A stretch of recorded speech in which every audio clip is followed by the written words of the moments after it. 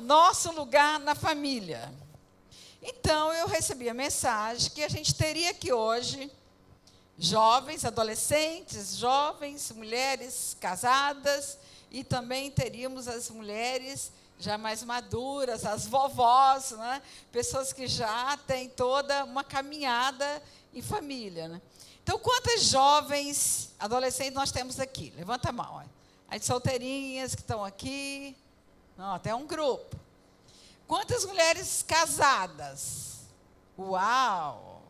Com filhos? Montão também. E quantas vovós nós temos aqui? Uau, eu também. Então, temos também. Então, nós temos aqui nesse auditório os 3 tempos da vida de uma mulher. Não é? Os 3 tempos. E quando eu li esse tema, porque eu recebi o tema, me lembrou um relato de uma paciente minha sobre uma sobrinha dela de 9 anos. Ela chegou no consultório e falou: Ilma, você acredita o que aconteceu no almoço lá na casa? A gente estava todo mundo reunida, minha irmã mais velha com as 3 filhas. E a filha do meio, de 9 anos, simplesmente parou assim o almoço e falou: gente, eu queria fazer uma pergunta para a mamãe. A mamãe e o pai na mesa. Era um almoço de domingo familiar. Eu queria saber qual é o meu lugar nessa família. Aí foi um silêncio na mesa. Como assim, filha? O seu lugar? Ela falou: pois é, porque a minha irmã mais velha, e ela começou a trajetória, né? Foi a esperada, a primeira e tal. A minha irmã caçula, que nasceu, tá uma diferença de 4 anos, que está aí agora, né? Que está todo esse cuidado, todo mundo tem que ter com ela. E eu? E ela disse que parou assim, e ela ficou pensando nesse lugar, e ela chegou no consultório e falou: sabe que a minha sobrinha me levou a refletir sobre esse lugar na família? Ela é uma criança, 9 anos, querendo saber o lugar dela. E eu já casada, e ainda não me questionei sobre esse lugar.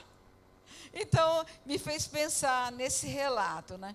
É interessante essa busca por lugares na família, mas não só na família, também na sociedade. E nós nunca vivemos um tempo onde nós temos visto tantas mulheres buscando um lugar na sociedade, um lugar na vida comunitária, um lugar no mundo corporativo. E a gente sabe hoje que as mulheres têm ocupado lugares que antes eram restritos apenas ao mundo masculino, ao universo masculino. Hoje, mulher ocupa qualquer lugar. A mulher pode ter qualquer profissão, pode chegar em qualquer lugar. Então, essa busca por lugares que não era algo tão comum há alguns anos atrás, nós estamos vendo hoje que a mulher, nas suas competências, nas suas múltiplas competências, com tudo que Deus habilitou, que desenvolveu nesse contexto familiar, ela hoje tem condições e competências de ocupar qualquer lugar aí fora na sociedade. Né? Já visto que a gente tem aqui a Patrícia, né? Que é vereadora, que luta lá pelos direitos da mulher. Né? Eu vejo as postagens dela sempre lutando pelo direito da mulher. Então, hoje a mulher ocupa o espaço que ela quiser fora e tem buscado cada vez mais. No entanto, nós nunca vimos um tempo de tanto adoecimento feminino, de tantas angústias como hoje, e também de algumas doenças que as mulheres têm encarado hoje, que eram doenças restritas também aos homens. Antigamente, pouco se ouvia falar, quando eu digo antigamente, é porque eu sou de antigamente. Sabe, 1900 Noé? Sou eu. Então, eu lembro assim, do universo da minha mãe, por exemplo. Era raro a gente ouvir mulher morrer de infarto, de AVC e de algumas outras doenças, a doença que homem tem. Homem morre de infarto, morre de AVC, morre disso, morre daquilo. E hoje nós estamos vendo as mulheres também com as mesmas doenças. Por quê? Porque à medida que nós somos também para todos esses outros lugares, nós ganhamos muito mais preocupações, as demandas só aumentaram, e as demandas acrescentam cada vez mais, mas em nada diminui as demandas familiares. Porque nós, como mulheres, nós temos todas essas múltiplas funções na família. A gente é esposa, mãe, dona de casa, professora, orientadora e mais um monte de outras funções que nós desempenhamos no nosso lar, né? Então, uma coisa nós estamos vendo, as doenças da alma, elas têm crescido assustadoramente.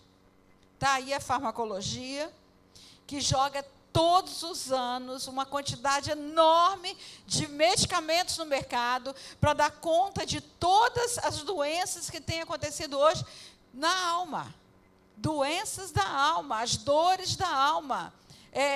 Nunca se vendeu tanto remédio para ansiedade, os ansiolíticos, os antidepressivos, remédios para depressão.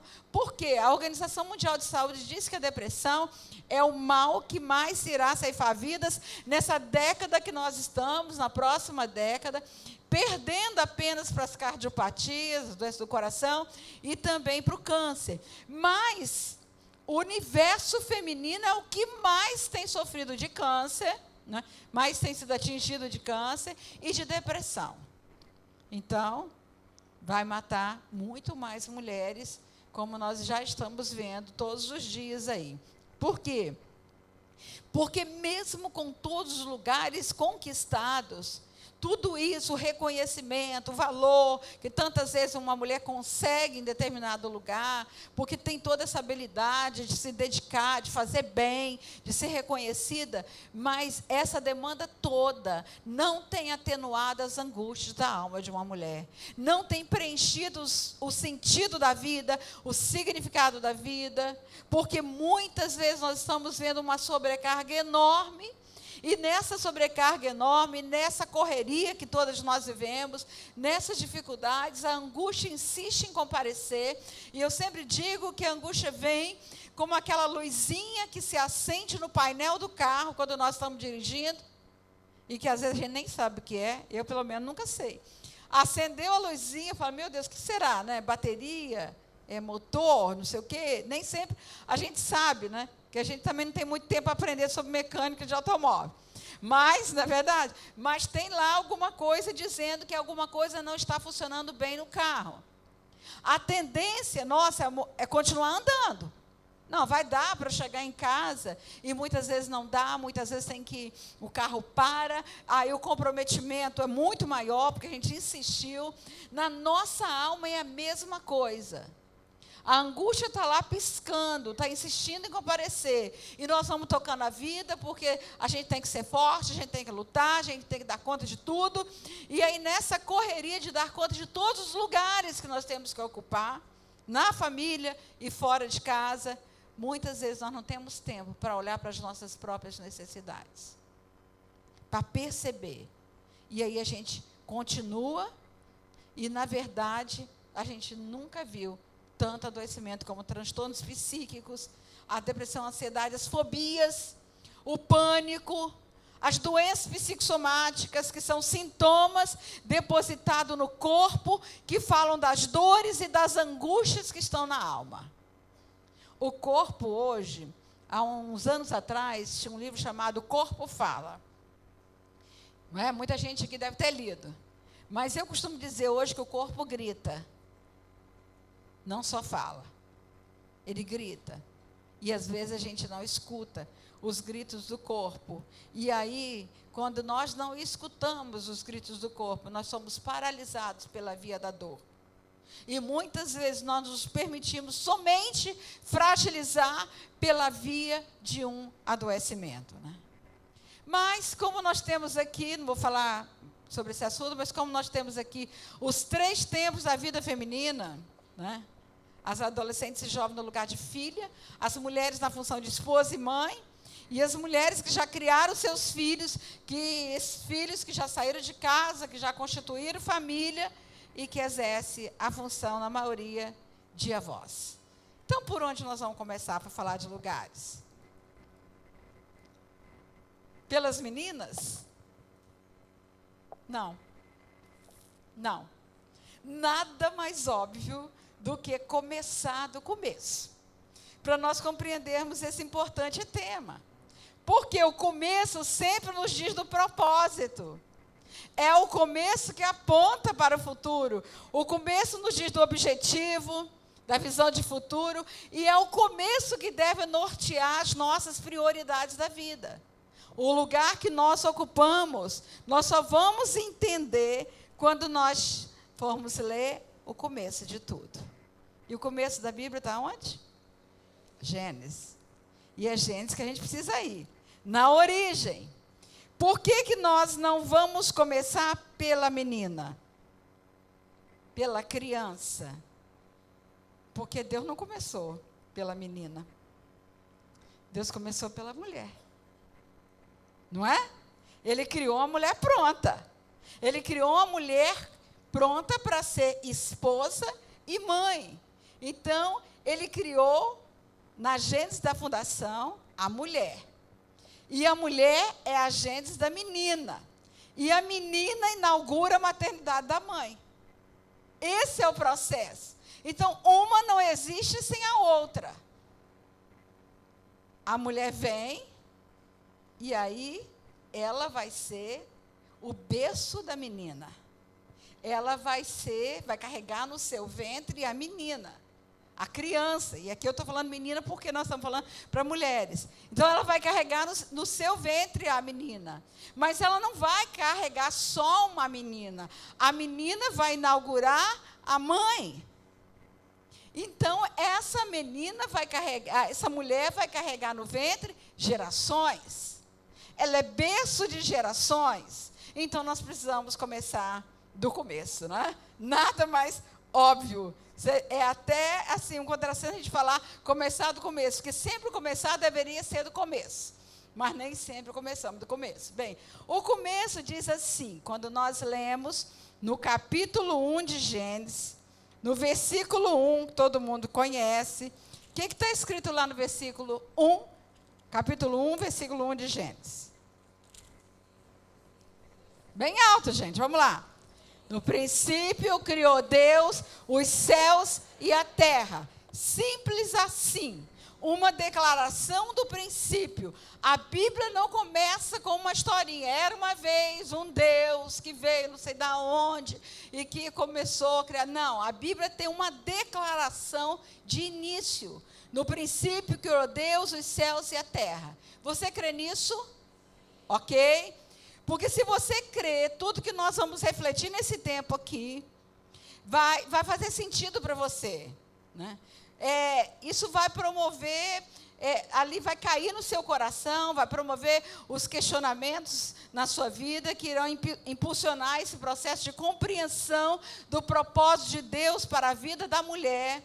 Vai produzir melhorias na sua relação com Deus, com você mesma, com a sua família, com o outro. Por quê? Porque à medida que nós compreendemos quem nós somos e qual é o nosso propósito de vida, nós começamos a melhorar. Isso vai trazendo paz na nossa alma. Mas se você tem dúvidas quanto a essa primeira declaração bíblica, tudo que nós formos falar vai parecer devaneios, delírios e não vai fazer significado. No princípio, criou Deus os céus e a terra. É muito simples a declaração, mas é muito profunda, porque essa é uma declaração que vai além da nossa limitada compreensão, mas tem uma revelação profunda que o Criador quer nos dar para nós compreendermos a singularidade feminina. Quem é a mulher no propósito de Deus? São muitas as questões que nós poderíamos fazer hoje que nos levariam a pensar sobre o lugar da mulher, sobre o sentido e o significado que tem a vida da mulher no propósito de Deus. Mas quando nós olhamos lá em Gênesis 1, 26, 27, que é o texto que começa quando Deus fala, depois de formar toda a criação, haja terra, haja mar, haja separação, tudo isso que nós conhecemos de Gênesis 1. Quando chega no versículo 26, Deus muda o verbo para o plural. Façamos o homem, façamos. Quem que estava ali nesse verbo plural? Quem é o Deus plural? O Elohim, aquele Deus que naquele momento se apresenta, né, na sua trindade. O Deus plural, Deus Pai, Deus Filho e Deus Espírito Santo. Então estava ali a trindade unida para falar, façamos o homem a nossa imagem, semelhança, está lá o texto bíblico, domine ele sobre os peixes do mar, as aves do céu. Deus dá todas as diretrizes para o homem ter domínio, para gerenciar a criação, para ser o porta-voz de Deus ali na criação. Ele recebe todas as diretrizes para esse trabalho. E aí no versículo 27 diz, pode projetar? Criou Deus o homem à sua imagem, a imagem de Deus o criou, homem e mulher os criou. Então está ali, declarada a criação da mulher. E após a criação de todas as coisas, como nós estamos vendo aqui, nesse texto bíblico, né, que descreve a criação do homem, formado da terra, na continuidade do texto bíblico, nós vamos ver que Deus começa ali, forma o homem do pó da terra, né, e eu imagino assim, na minha cabeça, assim, Deus pegando o pó ali, amassando, fazendo assim, não sei se ele fez um bonequinho primeiro, igual criança quando faz modelagem, né? Se ele deu alguma forma, mas uma coisa eu sei, ele tirou do pó da terra, ele criou o homem, e a Bíblia diz que ele soprou nas suas narinas, e o homem foi feito alma vivente. Bem, será que nesse momento, Deus não poderia ter feito logo o primeiro casal? Um homem e uma mulher? Ele não poderia ter feito do mesmo jeito Adão e Eva?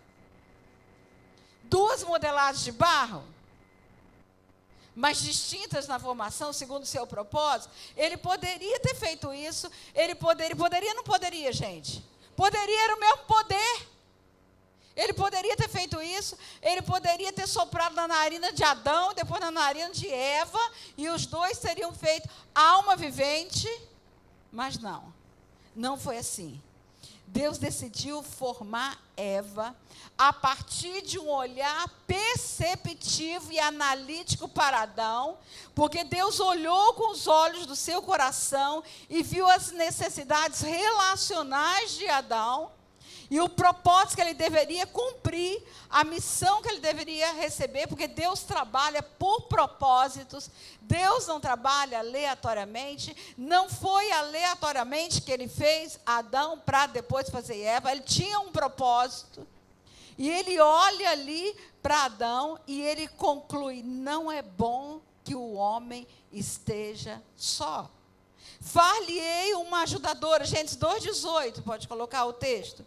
Far-lhe-ei uma ajudadora, alguém que o auxilie, que lhe corresponda, que esteja ao seu lado, que se relacione com ele, que tenha um relacionamento de comunicação com o outro, que eu fico imaginando que Adão olhava toda aquela beleza do jardim, e ele olhava e ia compartilhar com quem? Ele certamente olhava para o cachorro e falava, cachorro, olha que jardim mais lindo, que coisa mais maravilhosa. E o cachorro, au, au. Não é? Não, tinha que ser com ser semelhante, no mesmo nível, na mesma linguagem. E o texto diz, não é bom que o homem esteja só, farei para ele alguém que o auxilie e lhe corresponda. Na outra tradução, farei para ele uma ajudadora idônea.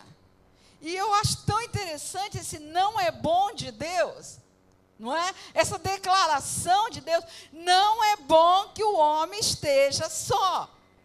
Gente, não é bom mesmo, acredite nisso. Se Deus falou, não duvide, e não esqueça disso. Não esqueça, porque se você deixar só, depois não reclame. Tem uns homens aqui, mas deixa eu dizer, né? Não deixe só. Isso quer dizer o quê? Ame, cuide, valorize, fique ao lado, seja idônea, seja sábia, seja inteligente. Resumindo, tome conta. Só uma deixa. A ajudadora, para ajudar em todas as demandas que a família tem, que o homem tem, ajudar em tudo quanto é situação, nos desafios existenciais, nos desafios familiares, ajudar com sabedoria, com sensibilidade, com intuição, com tudo aquilo que Deus nos capacitou, porque Deus nos capacitou com habilidades diferenciadas para cumprir um propósito. E compreender esse momento descrito em Gênesis 2 é de fundamental importância para dar sentido à vida e à família, ao eterno propósito de Deus. Agora, Deus forma o homem do pó da terra. Já a mulher, ele fez no jardim. Porque Deus criou o homem e levou o homem para o jardim. A mulher Deus faz no jardim. Será que tem alguma coisa a ver com a gente? Então o Senhor Deus fez o homem cair em profundo sono, 21. Enquanto este dormia, tirou-lhe uma das costelas, fechando o lugar com a carne, e com a costela que havia tirado do homem, o Senhor Deus fez uma mulher e a levou até ele. Presta atenção nisso, gente. Deus coloca o homem para dormir, faz o primeiro processo cirúrgico da história, sem dor, tira uma costela, forma a mulher, e quando o homem acorda, ele se depara com aquele ser maravilhoso, né?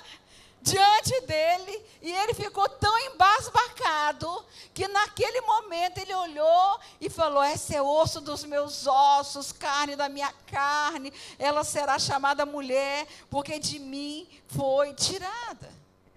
O primeiro cenário foi preparado para ser muito especial. Um jardim, o cenário escolhido por Deus para a existência da mulher. E um jardim feito de flores, beleza, cheiro, árvores, frutas, borboletas, beija-flores, pássaros de todos os tipos. Esse foi o lugar onde a mulher foi formada e que Deus trouxe à existência a mulher. Um cenário muito especial que fez de Adão, todo nesse momento, ali na compreensão do que estava diante dele. Habilmente modelada pelas mãos do Criador, tirada de dentro do homem, porém não igual ao homem, tirada de forma distinta. Deus tira aquele ser ali em forma totalmente diferente. Por quê? Porque homem não tem útero, não tem ovário, não tem trompas, não tem seio que derrama um leite no tempo devido, e nem tem as formas tão macias como a mulher. Então Deus tira ali de dentro dele, mas faz esse ser totalmente diferente. A vida ali naquele momento flui ali de Adão, e quando Deus forma a mulher, não diz o texto que Deus soprou nas suas narinas para ser alma vivente. Na minha percepção, a vida já estava ali, Deus já tinha soprado a vida para a humanidade, e quando ele tira a Eva ali é formada por Deus como um ser vivente. A vida já estava ali. Observe sobre isso, que momento sublime. E assim como a mulher acolhe no ventre um embrião que ganha vida no paraíso uterino, Adão acolheu aquela mulher naquele momento, de dentro dele, não do ventre, mas do peito, não é? Porque Deus tira aqui nessa área de Adão, ele tira aquela mulher, e como a mulher precisa de um peito forte de um homem para ser acolhida. Quanto uma filha, uma menina precisa do peito de um pai para ser acolhida. Como uma criança precisa, ela vem do ventre da mãe, mas o quanto ela precisa desse peito forte do pai que a acolhe e que dá segurança. Quantas meninas estão por aí na errância da vida procurando um peito de um homem para se acolher, porque faltou um peito de um pai para acolhê-las. Para dar segurança interna, para dar valor pessoal, para dar identidade, para que ela possa se conduzir segura pela vida. Nós sabemos o quanto isso é importante para uma mulher, e quantas têm procurado e encontrado nesses contatos frustração, vazio, dor e sofrimento. Então, esse lugar do pai, esse lugar do homem na vida de uma mulher, de uma família, é de fundamental importância para estruturar a família e para estruturar principalmente a vida de um filho e de uma filha. Então, Adão, queridos, foi criado de fora para dentro, porque ele foi da terra e do sopro de Deus. Eva foi formada de dentro para fora. Então, são movimentos distintos. Deus tira de dentro e dá a vida aqui fora. Então, Eva foi criada da intimidade, do seio de Adão. A mulher da ordem da intimidade, a mulher tem todo esse contexto de aconchego, é ela que faz do seu lar um aconchego, ela que faz do seu lar esse lugar de segurança, esse lugar de refúgio, ela que acolhe esses filhos e dá esse lugar a esse homem para poder entrar ali. Eu tenho dito muito nas minhas palestras que quem funda um pai para um filho é a mãe. Ela que dá esse lugar e está no lugar que a mulher ocupa na família. O lugar da família é dar o lugar ao homem, o lugar que ele precisa, legitimar a autoridade dele, para que ele ocupe um lugar que é dado pela mãe. Uma mãe funda um pai para o filho. Funda ou afunda, né? A gente já sabe disso, né? E essa distinção de formar e criar é tão interessante, que Isaías fala no capítulo 43, versículo 1, é essa distinção que me chamou muita atenção, quando ele diz: mas agora, assim diz o Senhor que te criou, Jacó, e que te formou, ó Israel. Então, Deus cria, Deus forma.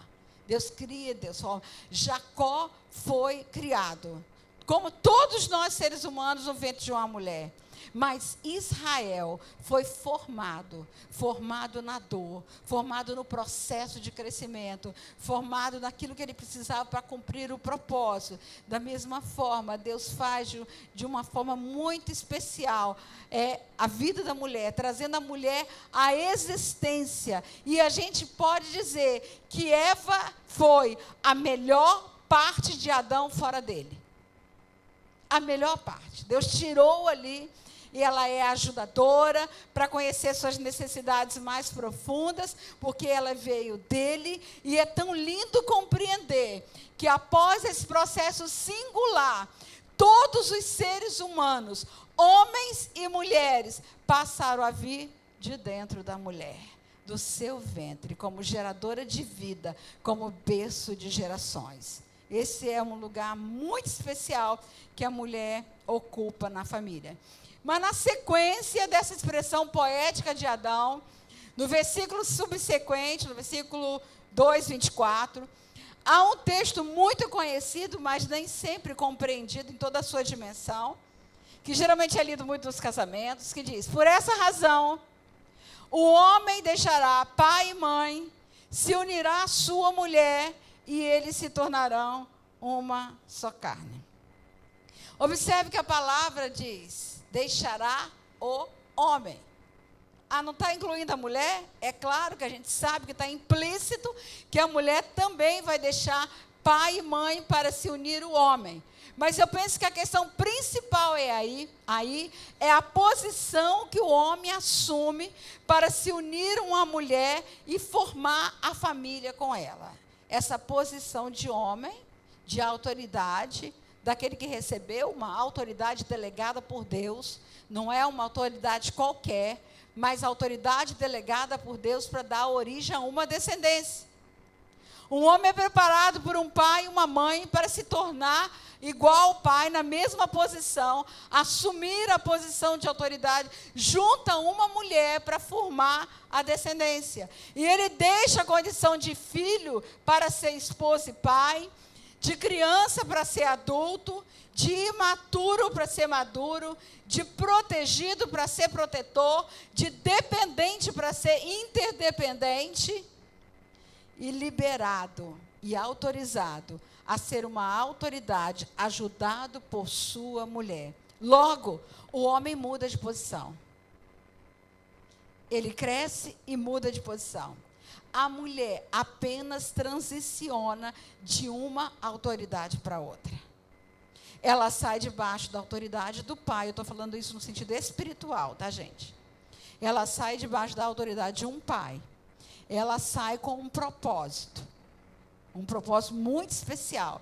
E ela se coloca debaixo de uma missão, de uma autoridade de um marido, espiritualmente, para fazer uma só carne com ele, para que juntos eles possam formar uma descendência.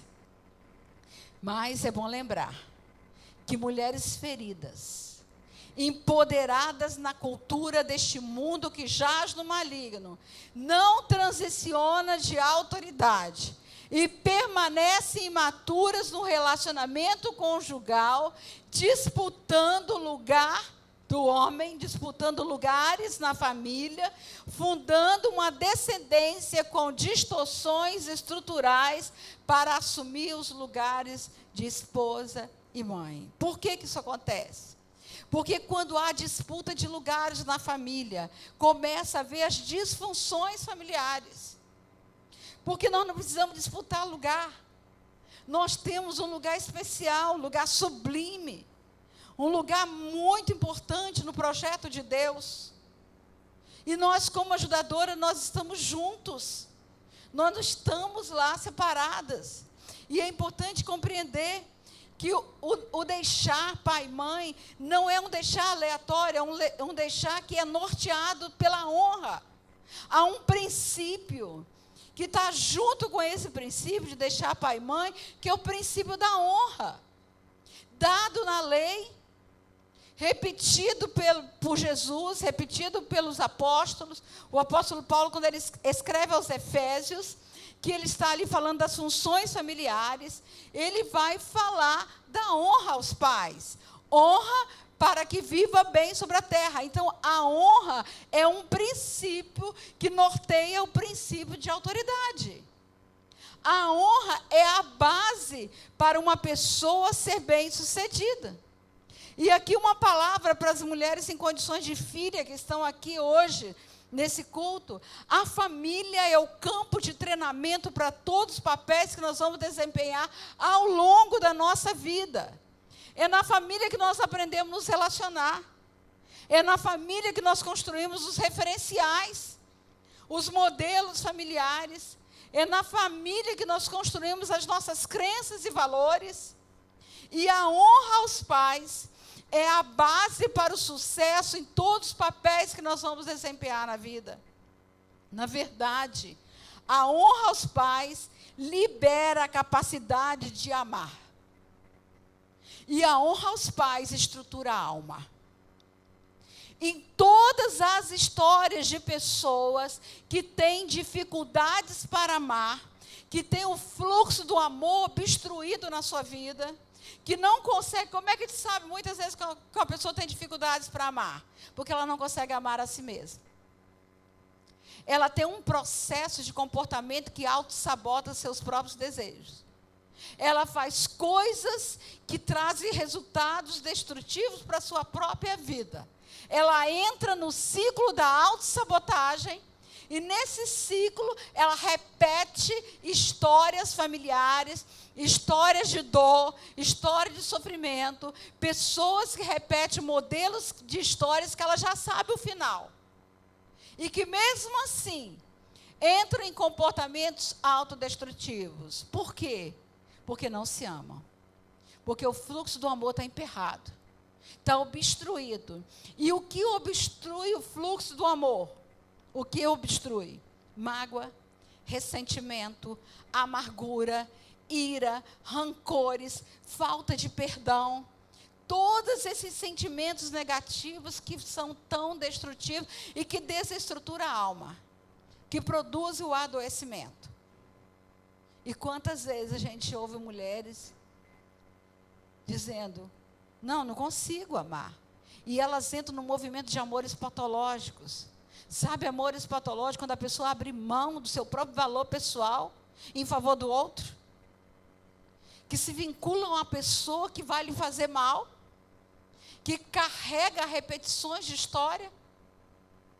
Porque muitas vezes não sabe viver na calmaria, não sabe viver na harmonia, não sabe viver em meio à paz, porque cresceu num lar turbulento, porque cresceu num lugar onde ela vivia num processo de ansiedade, de agitação enorme, e que quando chega na fase adulta, você já chegou para alguém e fala assim, fulano, tudo bem? E aí ela olha para você com aquela cara séria, assim, fala assim, bem demais, estou até estranhando. Quando está tudo muito bem, eu tenho a sensação que vai acontecer alguma tragédia. Já viu isso? Pessoas que não suportam viver na calmaria. E aí, o que acontece quando está tudo em paz, em harmonia?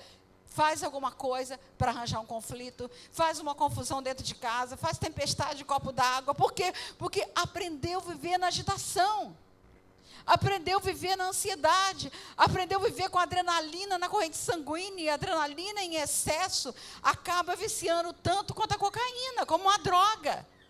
A pessoa está viciada em agitação, então o coração vive sempre agitado, sempre tormentoso, sempre naquelas turbulências da alma. Quando você vai olhar a história, tem a história de dores não tratadas. Tem situações vividas lá atrás que têm se repetido ao longo da vida. E acaba atraindo por pessoas, porque não tratou as feridas da alma, acaba atraindo por pessoas, apaixonando por pessoas que vão dar continuidade a esse processo. Porque pessoas também feridas na alma. Agora vocês imaginem encontros de feridas. Onde, quando encosta, só produz dor. Uma ferida que encosta em outra ferida vai sangrar. Quantos sangramentos há hoje na família? Quantos? E é nesse contexto de lugares não tratados que muitas vezes vai dando continuidade a um processo de adoecimento na família. Então, a honra libera a capacidade de amar. Está escrito isso em Mateus, no capítulo 18. Gente, é tão interessante. Sabe aquele, eu acho que é 18 ou 19, aquele rapaz, que foi, o jovem rico, que foi procurar Jesus, ele chega e diz, bom mestre, que farei para herdar a vida eterna? E Jesus começa ali, tem uma conversa com ele, fala os mandamentos para ele. E no versículo 18, Jesus vai falando todos os mandamentos comportamentais, não adulterarás, não furtarás, não darás falso testemunho. Pode continuar o 19. Agora, presta atenção no 19. Olha a ordem que Jesus coloca. Honra teu pai e tua mãe e amarás o teu próximo como a ti mesmo. Na Bíblia não tem nada aleatório. Não tem nada por acaso. Quando Jesus ali repete um texto e coloca nessa ordem, é exatamente porque ele está dando uma chave para a nossa vida. Ele está ali mostrando um segredo para a nossa vida. Honra teu pai e tua mãe. E se você tiver essa base, você vai amar o próximo porque você ama a si mesma. Então, a base de eu amar o outro é eu amar a mim mesmo. E para amar a mim mesmo, eu preciso ter o meu psiquismo estruturado na honra. E aí está o lugar de vocês, filhas, jovens, que estão dentro de casa e que muitas vezes não conseguem compreender o princípio da honra, o princípio da obediência. E eu tenho sempre falado também que quem não é apto a obedecer, nunca será para comandar. Por quê? Porque ao longo da história de vida vai sempre se deparar com autoridades que serão autoridades cruéis, e aí a pessoa nunca consegue ocupar um lugar em determinados lugares, em determinados postos.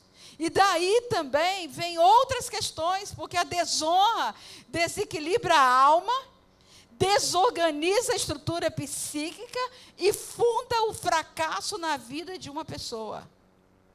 Presta atenção, a desonra desorganiza a alma, desequilibra a alma, desorganiza a estrutura psíquica e funda o fracasso na vida de uma pessoa. E quantas mulheres saem de casa em desonra e formam famílias com essa base desestruturada e sofrem todos os efeitos disso, porque é um princípio. Nem Deus passa por cima de um princípio que Ele mesmo estabeleceu para nos abençoar quando nós voluntariamente quebramos esse princípio. Então, adolescentes, jovens, filhos que estão aqui, a honra vai ser a base para o seu sucesso na vida. O seu sucesso em todas as funções que você vai desempenhar. Assim como a desonra vai fundar o fracasso. Então nós escolhemos qual lugar que nós queremos ocupar. Porque daí vem também as grandes questões de identidade. Por conta da desonra. Muitos dos adoecimentos da alma vêm por conta da desonra, além das depressões pós-parto e disfunções dos lugares da família, porque muitas vezes a depressão pós-parto é uma denúncia de que há questões a serem tratadas na relação mãe-filha, onde a mulher ainda não se sente competente para dar conta da vida e do cuidado de uma criança, e ela se sente frágil porque tem questões de filha que ainda não foram resolvidas. Então, isso é um ponto de reflexão. Mas voltando ao capítulo 2 de Gênesis, o texto começa, versículo 24, diz: por essa razão deixará o homem. Por qual razão? Qual é a razão que ela vai deixar? Está se referindo a quê? Porque no contexto, no versículo 23, 22, vocês vão olhar ali a criação da mulher. E ela é tirada de dentro do homem. Por esta razão, por qual razão? No contexto espiritual. A mulher tirada do homem, para estar ao seu lado como ajudadora, na construção da descendência e da história familiar. Ela retorna à sua origem, para se fazer uma só carne com o homem. Ela torna essa origem pela via da aliança conjugal. O casamento, a aliança conjugal, ultrapassa essa dimensão humana na compreensão dos princípios divinos, no sentido espiritual do casamento. E aí, isso também nos dá uma compreensão por que o inferno, o arsenal do inferno, está todo direcionado hoje para destruir família, para destruir casamentos, para roubar os lugares, para roubar o lugar do homem, para roubar o lugar da mulher, para roubar a função paterna. Que mais nós temos sofrido no tempo de hoje do que a função paterna sendo roubada? A função paterna é um lugar do pai na vida de um filho. E a estratégia de Satanás é roubar o lugar do pai na vida de um filho. E todos os dias nós estamos vendo isso. O mesmo texto de Gênesis 2, 24, é repetido pelo apóstolo Paulo em Efésios 5, 31, no capítulo das funções familiares. E o mesmo texto ele repete no versículo que antecede, quando ele está falando: portanto, deixará o homem pai e mãe, se unirá a sua mulher, versículo 31, e os dois serão uma só carne. Mas na sequência, no 32, ele diz: grande é este mistério. Digo, porém, a respeito de Cristo e da igreja. A citação é a mesma, mas agora falando de homem e mulher, Deus fala de Cristo e a igreja. Ele faz uma correlação entre o deixar pai e mãe, se unir a mulher, e Cristo e a igreja.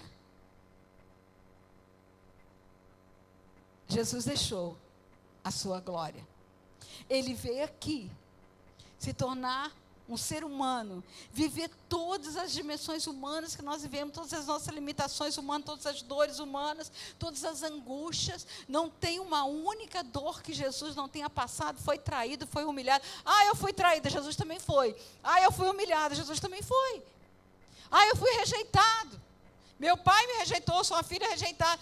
Jesus também foi, o povo dele o rejeitou. A palavra de Deus diz que ele foi rejeitado, homem de dores. Só tem um sentimento que Jesus nunca sentiu: sentimento de culpa. porque ele nunca pecou. No entanto, ele sabe o peso da culpa, porque ele levou todas as nossas culpas na cruz do Calvário. Então ele conhece a nossa estrutura, ele conhece as nossas fragilidades, ele conhece os desafios humanos, ele conhece as dificuldades que temos para ocupar os nossos lugares, lugares que ele reservou para nós desde a fundação do mundo, desde que ele nos criou. E é tão lindo quando a gente sabe que há um mistério entre marido e mulher, que, na conjugalidade, no casamento, e Cristo e a igreja. Porque Cristo é apresentado como noiva, a igreja noiva, Cristo é o esposo, a igreja é a esposa, que um dia vai haver esse encontro, vai haver o casamento, e aí o casal ali vai para as bodas do Cordeiro, e nós estaremos para sempre com Cristo. A palavra de Deus mostra esse destino, aponta esse destino para nós. Mas que mistério é esse que tantas vezes nós não conseguimos compreender?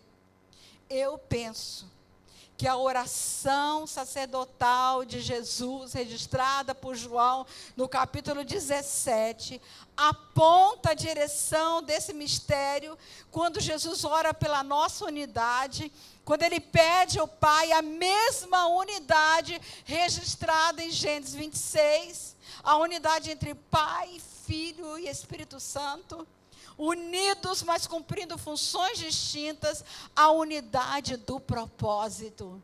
Ele diz: Pai, faz-os um, assim como eu e tu somos um, para que o mundo saiba que tu me enviaste.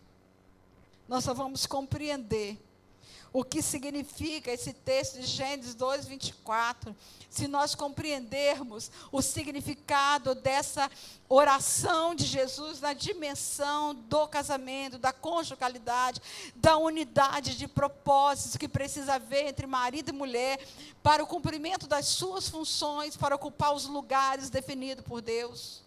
Para a gente compreender que a nossa luta não é contra carne e sangue, como o apóstolo Paulo diz em Efésios.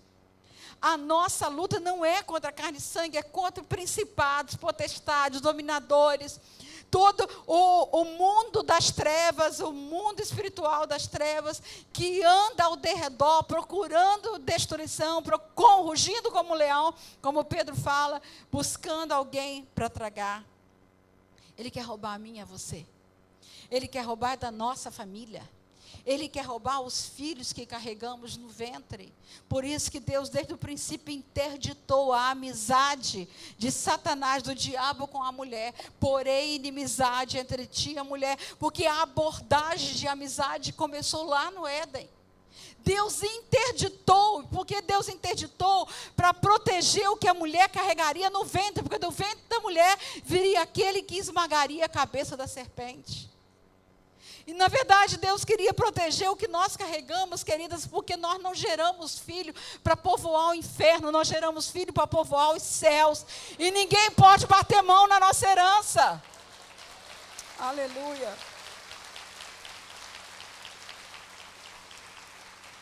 Aleluia. Os filhos são herança do Senhor. E Satanás fica o tempo inteiro querendo roubar a nossa herança. Por isso, mulher, você pode conquistar tudo. Todos os lugares que nos são devido às múltiplas competências, a tudo que nós temos conquistado hoje. Você pode brilhar, você pode ser reconhecido em lugares, posições, coisas, pode ser reconhecido em tudo. Não é difícil, tendo em vista todas as habilidades que Deus nos deu. Mas se a gente perder de vista a nossa origem, nós não conquistaremos o essencial no propósito de Deus para a mulher, que é o lugar de ajudadora, de fundadora, de descendência, de construção de histórias, de transmissora geracional, daquela que estrutura a família com a sua sabedoria, porque a mulher sábia edifica a sua casa. Edificação está falando de fundamento, de estrutura. Com sabedoria se edifica a casa, mas com inteligência ela se firma. Presta atenção nisso. Muitas vezes nós até edificamos com os lugares, estou casando com um homem e tal, nós vamos ter uma família. Mas é com inteligência que a família se firma. E é exatamente aí nessa via, nesse viés da inteligência, que Satanás quer muitas vezes roubar de nós. Quantas vezes nós ficamos vedadas? Não enxergamos a dimensão do casamento, não enxergamos a dimensão da família, porque estamos com a nossa mente vedada, com a nossa alma vedada por mágoas, por ressentimento, por amargura, pelas decepções, pelo sofrimento, pelas dores. As dores nublam a nossa mente, e aí a gente não compreende o destino. Origem e destino estão intimamente ligados. Nós compreendemos destino quando nós compreendemos a origem. E a origem vai dar o norte para a nossa missão. Sem a mulher, o homem não cumpre a sua missão de fundar a descendência. E nesse sentido, não são missões distintas na família, mas a missão de um homem junto com uma mulher, que cumprem juntos o propósito de Deus para a humanidade. Qualquer coisa fora disso é anomalia. E a Bíblia diz assim, Provérbios 12, versículo 4. A mulher exemplar é a coroa do seu marido, mas a de comportamento vergonhoso é como câncer nos seus ossos. Por que ela é a coroa do seu marido? É porque você é velha? Não, ele ganhou a coroa. Não, é porque é você que dá a ele esse lugar de reconhecimento. Coroa porque está falando de rei, mas rei no sentido espiritual é aquele que tem as diretrizes, aquele que dá a segurança, aquele que protege. Tudo isso que a palavra de Deus diz. Mas a de comportamento vergonhoso, ou que menospreza, é como câncer nos seus ossos. De onde que a mulher foi tirada? Do osso. Então ela adoece a sua origem. Ela adoece a sua origem. E a falta de reconhecimento desse lugar traz a desonra, o menosprezo, e o desrespeito enfraquece esse lugar do homem, adoece sua alma, paralisa, e aí vem metástase. Da onde vem as metástases? Espalha. Vai espalhar em quem? Nos filhos. Na próxima geração. E essa é a estratégia de Satanás. Roubar. Roubar os lugares masculinos na família. Distorcer para poder embrutecer o mundo, para tornar o mundo muito mais violento. Porque, na verdade, quando uma mulher tem que assumir papéis que não são dela, lugares que não são dela, quando ela tem, e ela faz isso, porque quando ela fica sozinha, ela tem que ser guerreira, forte, ela vai educar o filho, mas eduque seu filho, eduque e ensine ele o caminho, mas não é um lugar que uma mulher pode ocupar, mas ocupe, mas faça isso no nome do pai. O que é fazer no nome do pai? Até um pai morto, até um pai que nunca se preocupou com seus filhos, pode se tornar presente na família quando a mulher, né, dá esse lugar pela via da linguagem. Como que é isso? Menino, você quer fazer isso? Não, não vai. Se seu pai tivesse aqui, ele não deixaria. Então sou eu que estou, eu sou responsável por você e você não vai fazer. O que é isso? Dar o lugar mesmo vazio. Por quê? Porque há um Deus Pai que vai honrar essa sua luta, essa sua dificuldade, esse lugar vazio que ficou, onde Deus vai te capacitar a conduzir os seus filhos. Mas não perca a ternura, mulher.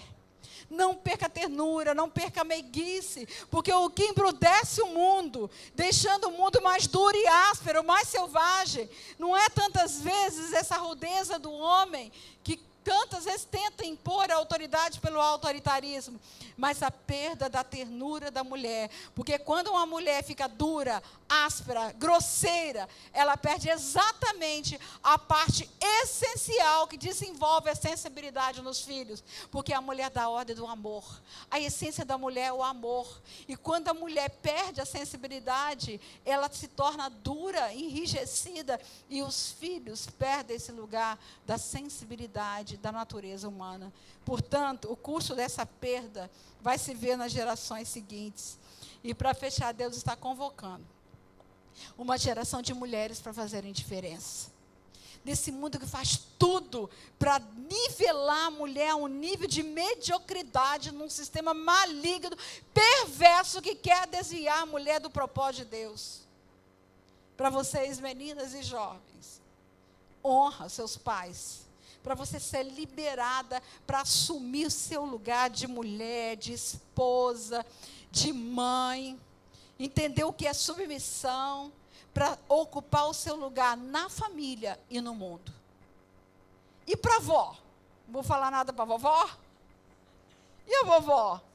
Há uma palavra, em Tito 2, 3 e 4, diz: quantas mulheres idosas, semelhantemente, que sejam sérias em seu proceder. Aí pula, vai para o versículo 4. A fim de instruírem as jovens recém-casadas, mais jovens, a amarem ao marido e aos seus filhos. Lá no anterior diz: a serem boas donas de casa, a fazerem do seu lar um lugar de refúgio. Quem ensina? As que já passaram lá. Vai ensinar suas filhas, preparar as filhas para serem mulheres, para ocupar o seu lugar na família e no mundo, porque esse é o papel da mulher que já tem a experiência na história. Mas eu ainda quero fechar com um poema que eu escrevi num congresso que eu ia falar para mulheres mais maduras, né, algumas em menopausa, né? E aí eu escrevi esse poema inspirado no poema do Carlos Drummond de Andrade, E Agora José. Então eu vou ler para vocês. Prestem atenção, mulheres. E agora, Maria? A festa acabou, o tempo passou, a casa esvaziou, os filhos se foram, a noite esfriou. E agora, Maria? E agora você? O corpo reclama, a dor aparece, as rugas insistem, a pele envelhece. Que dura rotina! Malhar é preciso, as roupas apertam, as dobras resistem, visíveis elas são. E agora, Maria? Menstruação já não há, marcando o ciclo no corpo vivido que já encerrou. O medo aparece de afetar a libido, de não ser desejável aos olhos do amor. O que mais trará essa fase de vida? E agora, Maria? A casa silente, as vozes e risos, as crianças cresceram, os jovens se foram, fundar seu destino, formar gerações.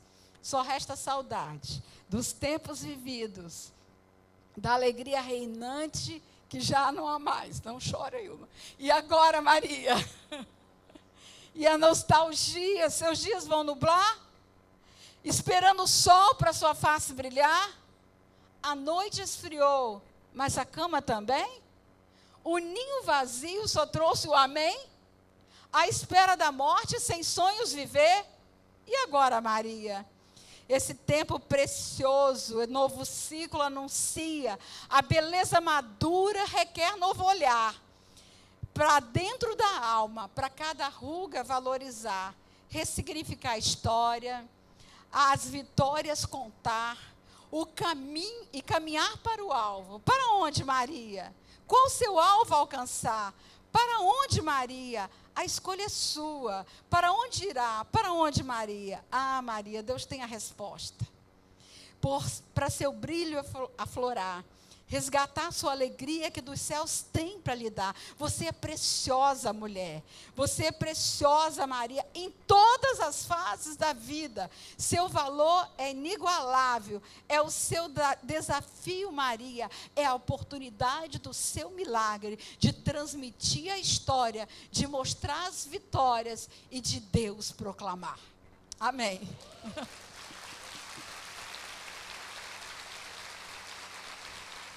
Vamos ficar em pé.